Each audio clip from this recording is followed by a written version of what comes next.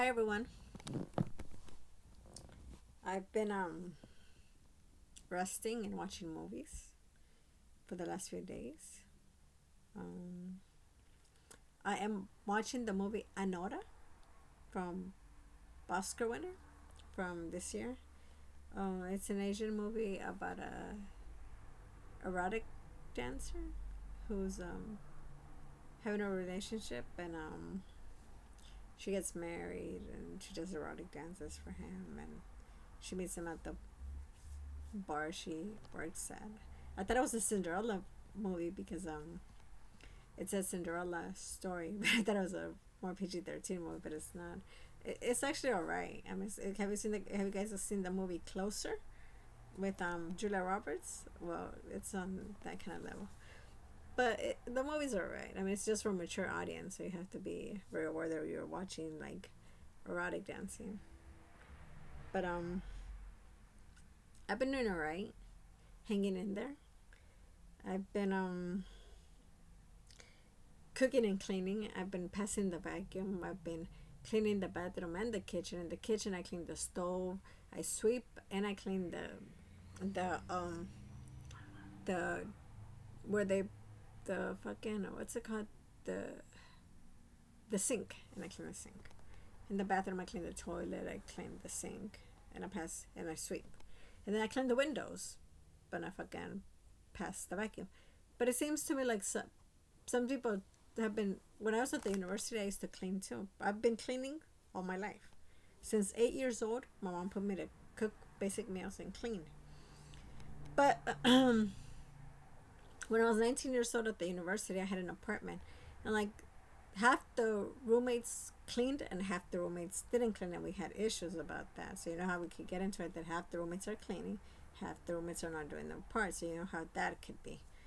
But so I used to clean every Friday at the university too. The 6 years at the university, I cleaned too. And then I moved back home. I was cleaning and cooking. I mean, I cooked every day for my family, and I was cooking too.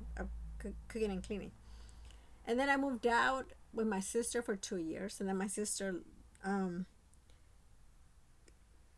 decided to live with her boyfriend, and then got married to him. So I was cleaning there too and cooking. And then I moved back home, and I stopped cooking and cleaning because I decided that I had been cleaning all my life and cooking. So then my mom was doing it for me because I was like, I'm sorry, I just need a break. And now I'm back to it. I mean, I started being back to it in 2018 when I started working in Alameda County. I worked for the county, a government job. I took a temp job there. I worked at a youth center at first. I worked at Reach, Ashland Youth Center first. And I worked there 7 months. It was through contract, a temp agency. It was a temp agency that I worked for a year and a half. It was alright. I mean, just being a desk clerk and dealing with this, checking in the students and calling support if they needed any help or and things like that. Any issue that I would arise, being the front person. It was alright. And I started cleaning and cooking there again. I was like, some that I cook and clean again. I can't be lazy all the time. But I've been cooking and cleaning all my life.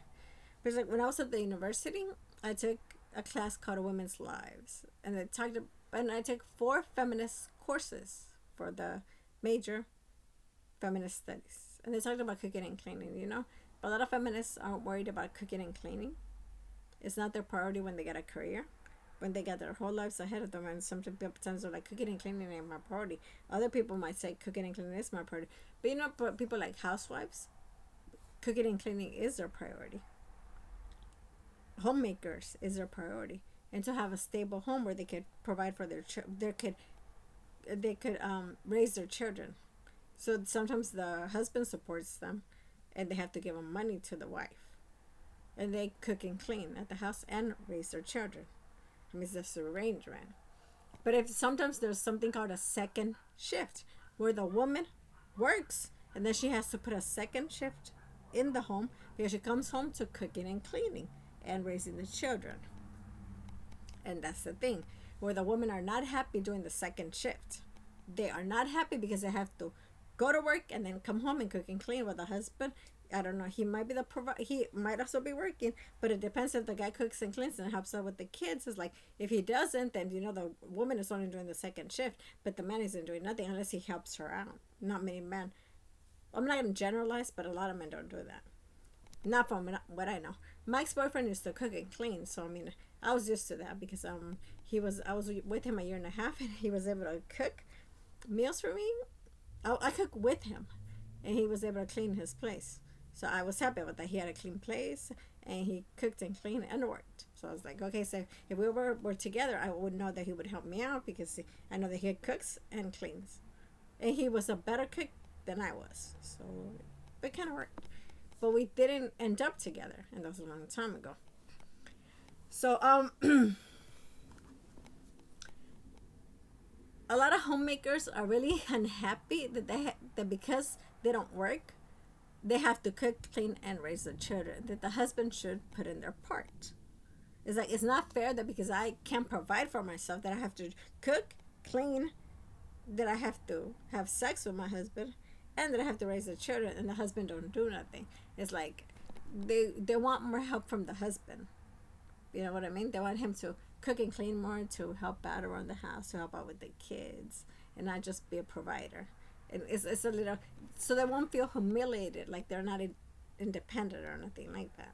Because there's a lot of women who work and stuff, they want to be independent women. They want to be independent women who work. But it's like if you have a husband, it's like you might be depending on him, but you don't want to feel like that either. You don't want to be humiliated or nothing. And it's like, and it's a choice if you want to be a career or have a job, or if you want to be a stay-at-home wife.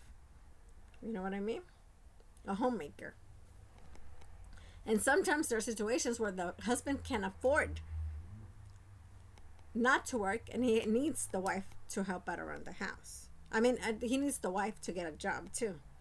It's like my father works two jobs. When I was 16 years old, my dad was able to get two jobs, and my mom used to be a housekeeper. But then she stopped working as a housekeeper because she had health issues. She had arthritis and couldn't work anymore. She had diabetes, so she couldn't work anymore. And she had arthritis, and it was really painful for her to work. So my dad got a second job at 16 when I was 16 years old. And then I moved to college at 18, and then I came back at 24. And my dad, to this day, still has two jobs. And what I think is like, it only takes one job to make an income. Most people have one job and have an apartment. They have their grocery list. They have their cell phone. They have their car payments. They have their gas. They have their car maintenance, their car insurance, and they have all that stuff. And then they go shopping or whatever the hell, or they go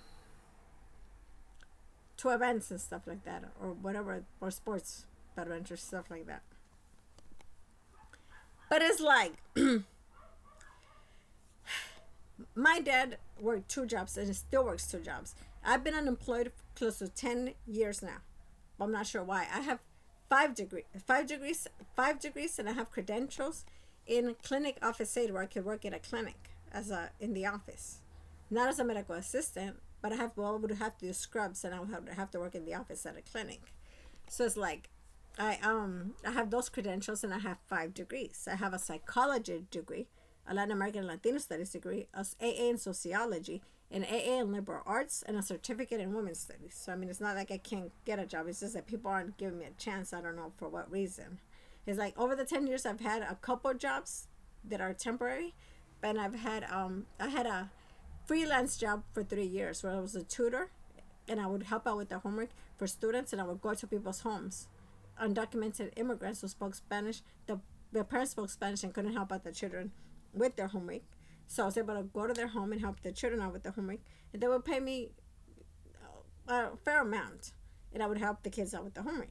And I did that for 3 years, freelance. So it's like, I think I don't want to be a stay-at-home mom. I don't want to. I'm child free. I don't want to have children, and that's a choice I made. I don't want to have children, and I'm not going to parent at 42 years old. I don't want to have a child. So my priority is not looking for a husband at this moment, especially because of my cancer. My priority is not to look for a husband. I would like a companion, But I also don't want charity where they're gonna treat me nice because only because I have cancer either. You know what I mean? Maybe it's not the right time to have a partner. But who knows if I'll make it either from the cancer. So it's like, hopefully it all works out. But it's like, other women, their priority is finding a husband or finding a home. They want a home life. So they are busy trying to find a husband material, a good husband and a provider. It's like somebody with the qualities, those amazing qualities that they want. And it's like,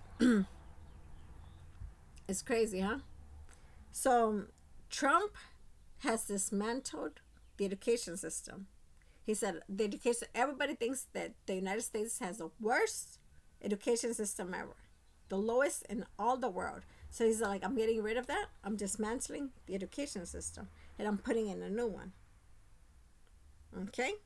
He doesn't agree that the US has the lowest ranking in the world, so he wants it better.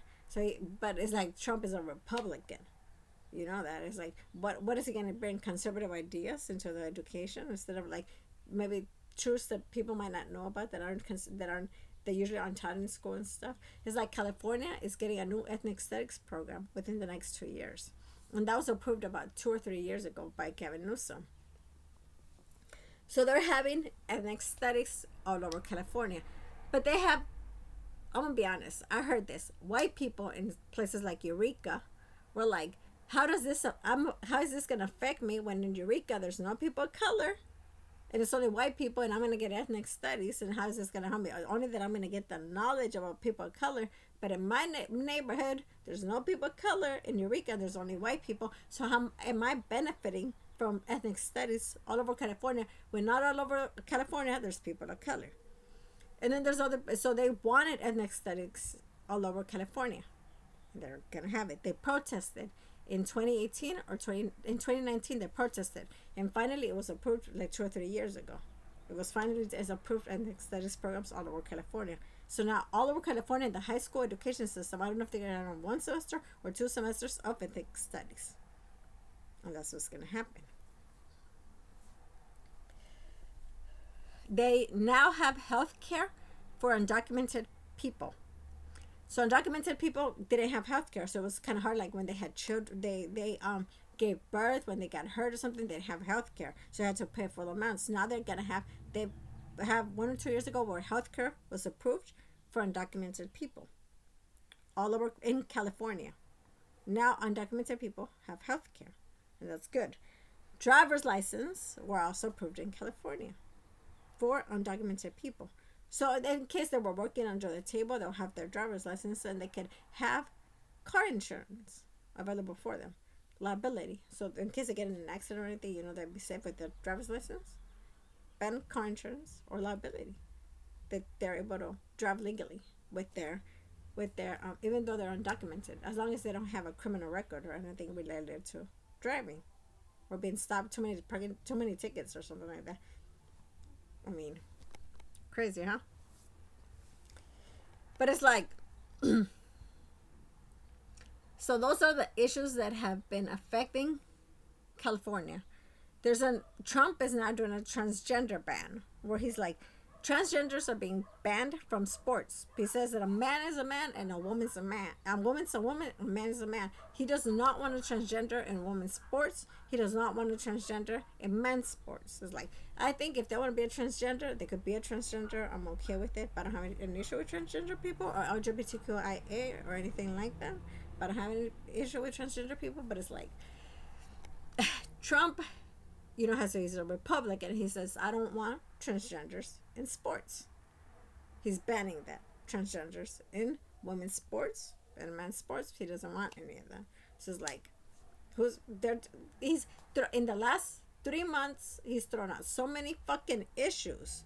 Day after day. In one day, he signed like 30 executive orders. Since day one, he's been signing executive orders.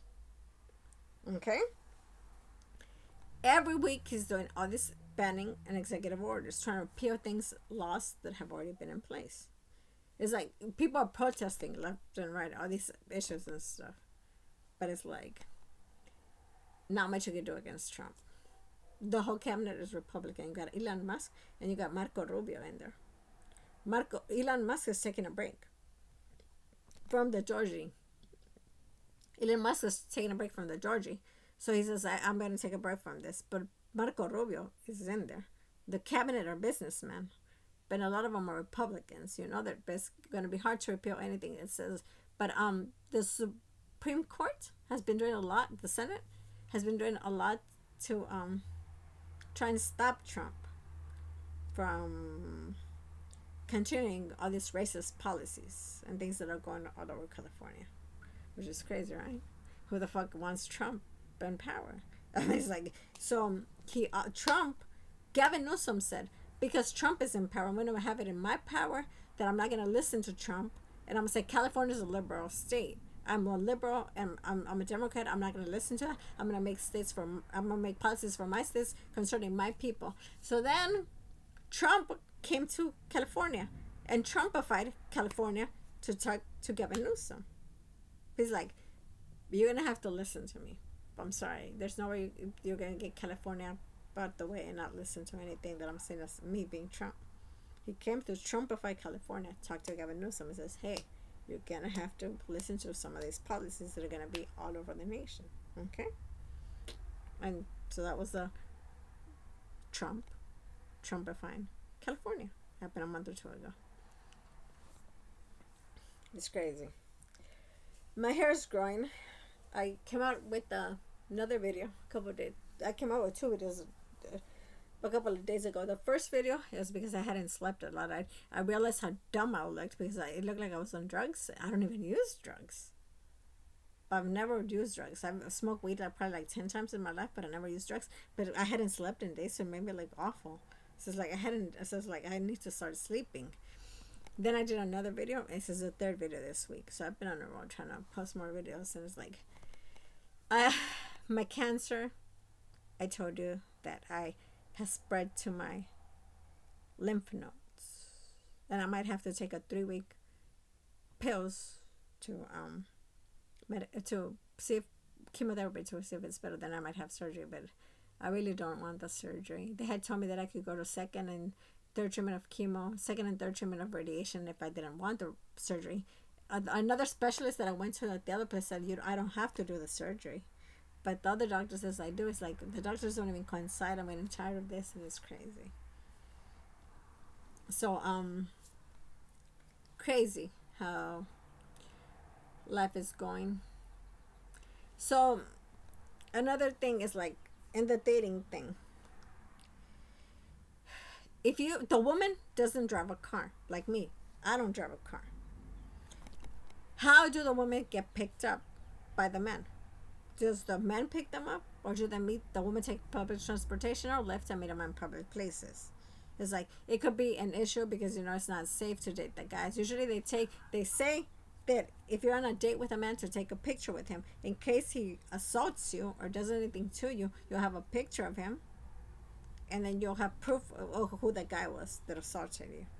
So it said, take a picture of the guy in the first date so you have proof of the guy who assaulted you. They always say that. And it's like, if you have a first date, it's like, how do you go about it? If you don't have a car, it's like, do I meet him in public transportation? Do I get lifted? Will he pick me up? It's unsafe for women a lot of times with men out there. I'm not saying all men are dangerous, but you never know. But you can't trust men all the time. Okay? But I mean, if he's picking you up all the time, he gets all the control too. I mean, I'm just saying.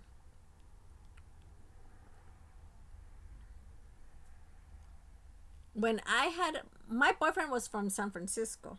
He lived in the Bayview, Hunters Point. And he would drive from San Francisco to pick me up. And I didn't have a car, but like, that like, I didn't have a car. He didn't mind driving, so it wasn't an issue for him. Other guys do have an issue. It's like, my car, my gas, I'm not driving for you. I'm not doing this. You have to get your own ride or something. I've been on dates like that. It's like, it's not gonna work out because I'm not gonna pick your ass up. But my ex boyfriend came from San Francisco and picked me up, and it wasn't an issue for him. He said it wasn't an issue. The driving wasn't an issue for him. His gas wasn't an issue. He knew I wasn't employed and recently out of college, so it wasn't an issue for him. But other guys, it would be an issue. So you gotta think about that.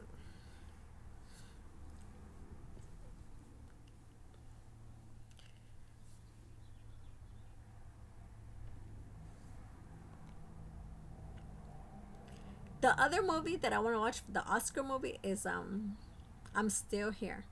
Sounds like a very good movie. I'm Still Here. And I also want to see Moana 2, and I want to see Gladiator 2, and I want to see Wicked. Those are the only movies I want to watch recently. I'll put those movies on my list, and I'll see when I'm able to afford it, because I'm waiting for my $500 check from Cancer Research from a women's center that they're gonna give me, and I'm waiting for my disability check because I have cancer. I was approved for disability, so I'm waiting for that. Hopefully, I'll have money soon.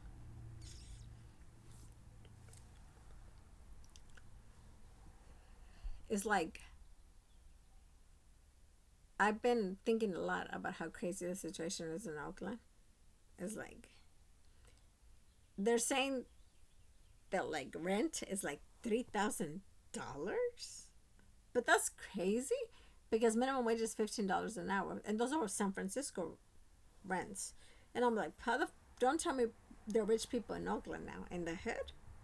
They say Oakland is impoverished. So how the fuck are they paying the $3,000 rents? I don't believe it. I think people just be bullshitting. Just like the houses, they said the Frisco now has $700,000 homes for to sell.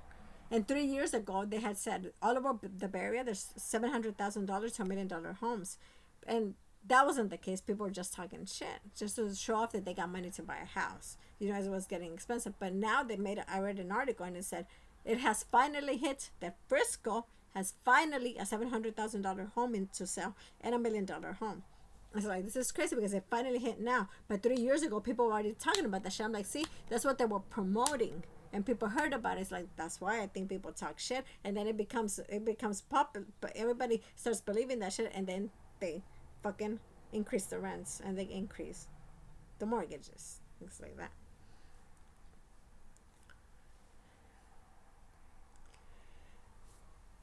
But I don't believe that houses in Oakland are like $3,000. Don't tell me people actually have that kind of money. Oakland is impoverished, and it's really poor. It's in the hood. I don't know how people could afford the $3,000 rents. I'm starting to be skeptical about the things I listen to.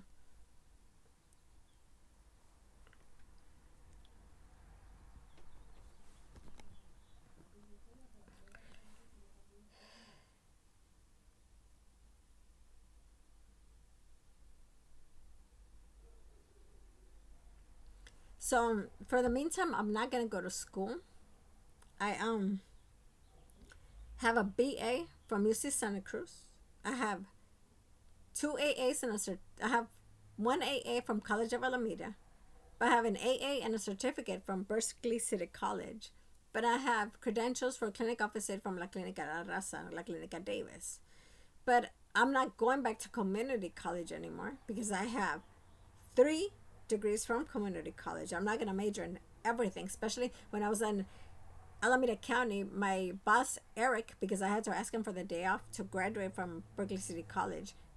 And he said, don't you already have a BA? And I'm like, yeah, but why are you graduating from an AA at Berkeley City College? I'm like, oh yeah, because I went back and I didn't get a grad school. And then he's like, you don't need to go back after this to community college because you already have your degree. You don't need all that shit. We already said all you need is grad school or PhD. But it's like right now I'm not in the place to go to grad school or PhD, so I wouldn't do that right now. Maybe later, or maybe not, depending because I only do admin, so we'll see. So it's like Eric had already told me, why the hell would you do another AA, go back to community college when you already have a BA?